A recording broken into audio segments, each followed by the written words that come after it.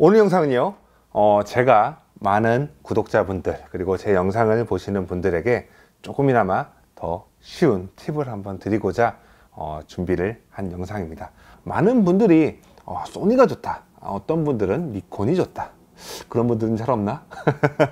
그리고 어떤 분들은 캐논이 좋다, 아니다, 카메라는 라이카가 최고다, 이렇게 말씀하시는 분들이 분명 있습니다.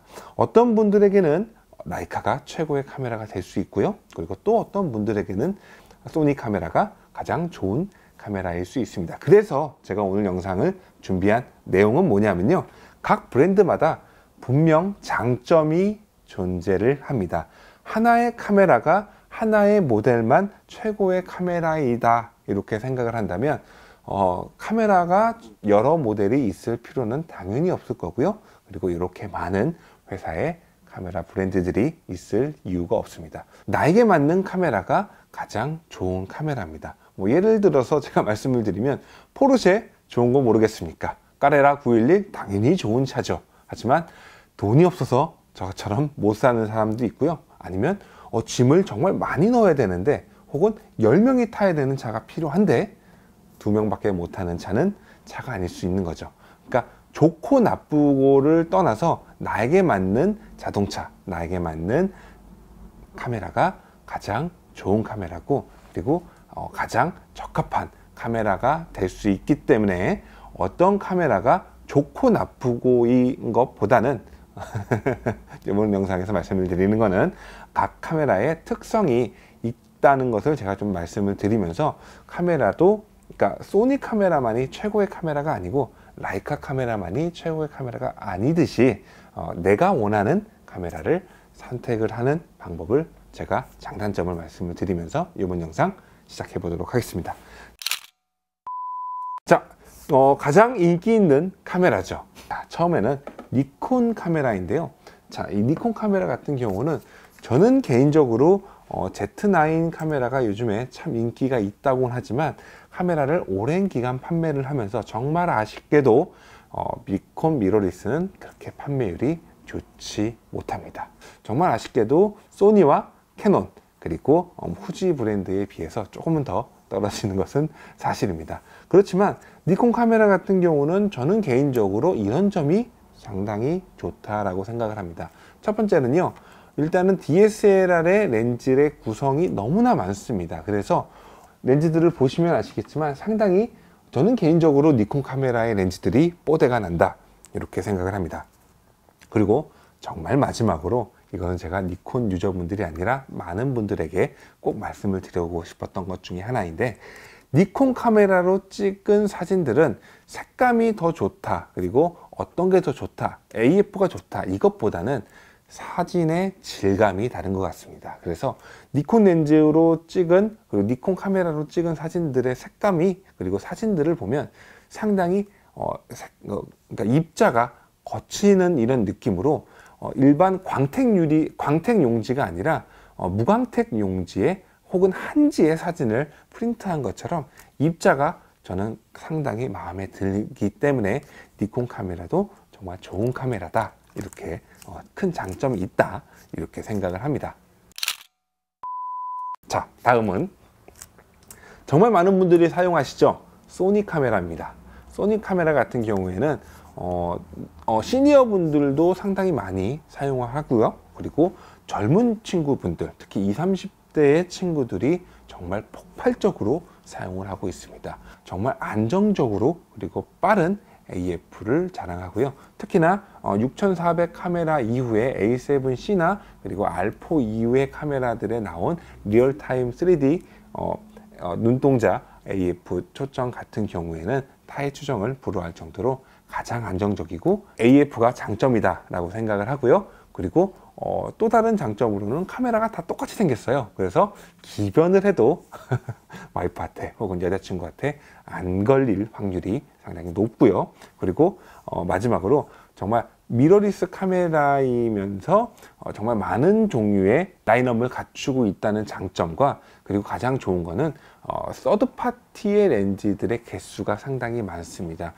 정말 모든 렌즈를 다 사면 당연히 좋겠지만, 그렇지 않은 분들이 훨씬 더 많을 거라고 생각합니다. 그런 장점에 하여금 소니 카메라 같은 경우에는 탐론이나 시그마, 삼양, 서드 파티들을 사용할 수 있다는 것은 큰 장점, 그리고 AF도 상당히 좋다라는 게 저는 큰 장점이다 이렇게 생각을 합니다.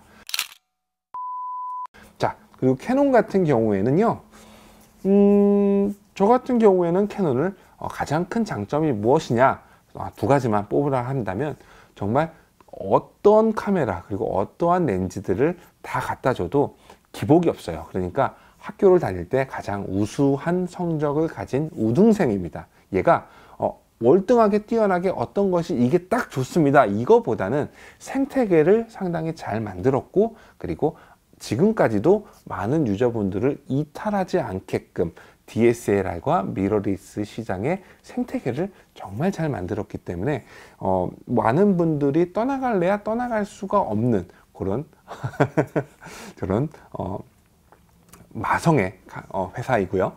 그리고 두 번째 장점 같은 경우에는 클라이언트 그리고 혹은 여자친구나 와이프 눈에 봤을 때, 그리고 애기 사진을 찍었을 때 피부 톤의 이 느낌이 저는 캐논이 개인적으로는 가장 좋다라고 생각을 합니다. 물론 뭐 블라인드 테스트를 한다 그러면 천편일률적으로 제가 다 맞출 수는 없겠지만, 그래도 딱 봤을 때의 느낌이, 그리고 이 1.2 렌즈들의 그 아웃포커싱과 이런 느낌들이 저는 캐논이 가장 좋다 이렇게 생각을 하고 있고요. 지금 촬영하고 있는 이 카메라도 캐논 EOS R의 16mm의 4K 영상으로 찍고 있다 이렇게 말씀을 드리면서 후지로 넘어가겠습니다. 후지 같은 경우에는요, 정말 특이하게도 중형과 풀프레임이 아니라 중형과 APS-C, 그러니까 크롭용 렌즈를 사용하게 되는데, 이게 5년 전, 7년 전만 하더라도 얘네 미쳤구나, 얘가 드디어 정신이 나갔구나 이런 생각을 하게끔 했고, 그리고 언젠가는 풀프레임을 만들겠지라는 생각을 했었는데, 지금 와서 드는 생각은 얘네들이 역시 선구자구나. 크롭 렌즈들의 장점을 정말 크게 활용을 하면서 많은 유저분들이 크롭 바디일지라도 이런 작고 이 후지만의 렌즈들의 시스템의 이 생태계를 상당히 잘 만들어서 그렇게 부담스럽지 않는 가격과 그리고 부담스럽지 않는 크기, 후지의 큰 장점이다 라고 생각을 하고요. 후지도 라인업이 상당히 많이 지금은 갖춰졌기 때문에 후지를 사용하시는 분들은 가장 큰 장점이라 한다면 바로 색감이겠죠.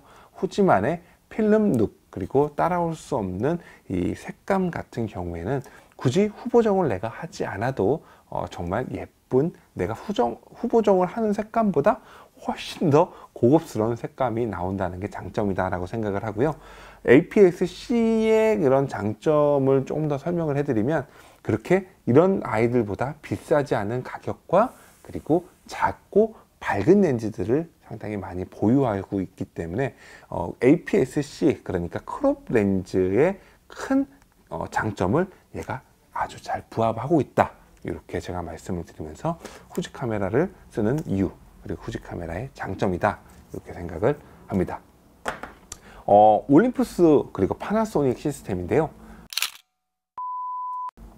마이크로 포서드 시스템입니다. 많은 분들이 상당히 많이 무시를 하고, 그리고 많은 분들이 크롭이고 2배이기 때문에 얘네들은 변태이다 이렇게 생각하시는 분들이 많은데, 그래서일까요?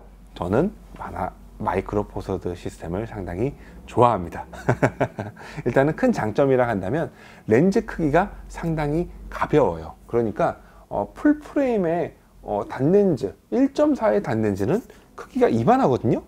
근데 마이크로 포서드는 같은 화각일지라도 렌즈가 이렇게 작습니다. 물론 1.2 렌즈가 조금 더 큰 게 있긴 하지만, 그래도 이런 풀프레임용의 크기보다는 작기 때문에 경박 단소한 이런 느낌으로 하여금 이런 단렌즈의 저렴한 그리고 작은 밝은 렌즈들은 멀리 있는 것을 당길 수 있을 때 그런 그리고 가벼운 렌즈를 사용할 때, 그리고 마지막으로 접사 촬영을 할 때는 훨씬 더 심도가 깊은 촬영을 할 때에는 이런 마이크로 시스템이 장점이 될 수가 있겠고, 그리고 올림푸스 같은 경우는 한 가지 더, 방진 방접 방안이 상당히 뛰어납니다. 그래서 악천후의 촬영이 있을 때에는 다른 어떠한 카메라보다 올림푸스가 장점이 될 수가 있고요. 파나소닉도 마찬가지로 아까 렌즈 시스템의 장점과 그리고 이런 색감 같은 게 영화적인 이미지의 영상들을 만들 때에는 저는 어떠한 카메라보다도 파나소닉 색감이 저는 가장 뛰어나더라고요. 마지막으로는 라이카인데요. 라이카 같은 카메라 같은 경우에는 뭐 가격을 논하는 것 자체는 저는 개인적으로는 의미가 없다고 봅니다. 뭐 내가 1000만 원이 있는데 100만 원을 쓰는 것과 1억이 있는데 1000만 원을 쓰는 것, 그리고 100만 원을 쓰는 것, 10만 원을 쓰는 것은 다 각자의 주머니 사정과 생각에 따라 다르기 때문에 이 카메라 같은 경우에는 사실 분들은 이미 다 알고 계실 거라고 생각합니다. 자, 라이카의 장점은 정말 클래식한 디자인과 이런 불편한 매력이 저는 가장 큰 장점이라고 생각을 하고요. 그리고 한 가지 더 말씀을 드리면 거의 지난 1세기 동안, 거의 100년 동안 모든 렌즈들을 지금 현재의 바디들에게도 사용할 수 있다라는 것이 저는 큰 장점이지 않을까 이렇게 생각을 하고요. 가치라는 거, 그리고 카메라를 찍는, 그러니까 결과물로 얻을 수 있는 재미도 물론 당연히 있고요. 그리고 결과물이 좋아야 카메라를 찍는 재미가 있겠지만, 카메라를 찍기 위한 그런 도구일 때 기계를 만지는 듯한 느낌, 그리고 이 촬영을 할 때 그런 집중하는 그런 느낌, 그리고 파인더를 보면서 초점을 잡아주는 그런 시스템이 소니나 아니면 캐논, AF가 조금 더 어떤 게 더 0.1초라도 빠르냐, 그리고 어떤 것이 더 잘 잡냐를 가지고 경쟁을 하는 시대에서 느림의 미학을 만들 수 있는 카메라가 라이카 카메라가 아닐까. 그리고 만져보시면 아시겠지만, 또 그리고 찍어보시면 아시겠지만 상당히 사진 찍는 게 재밌고 그리고 상당히 예쁩니다. 그런 면으로서도 카메라의 한 축을 가지고 있지 않을까 이렇게 생각을 하면서 이번 영상을 만들어 보겠는데요.